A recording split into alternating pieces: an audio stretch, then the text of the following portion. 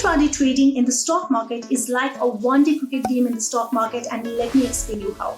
You buy and sell stocks on the same trading day, aiming to profit from price fluctuations. In essence, you do not take delivery of the stock or give delivery of the stock. Imagine you are a daily wage earner where you buy goods in the morning and by evening you sell it all off and you empty your cart and you go home.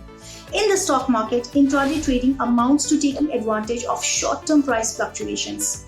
Intraday trading is crucial because intraday traders create liquidity in the market by trading as they are in and out of the market quickly to capitalize on some gains due to the price fluctuations. Though intraday trading is attractive as it offers potential profits due to price fluctuations, it is still a game for the experts. Intraday trading comes with a risk as volatility is the name of the game, so plan your intraday trading to minimize your risks. To make your intraday trading journey smoother, use Strike.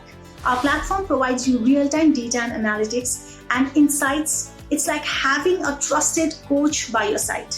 Get started for free today at web.strike.money and level up your intraday trading game with Strike.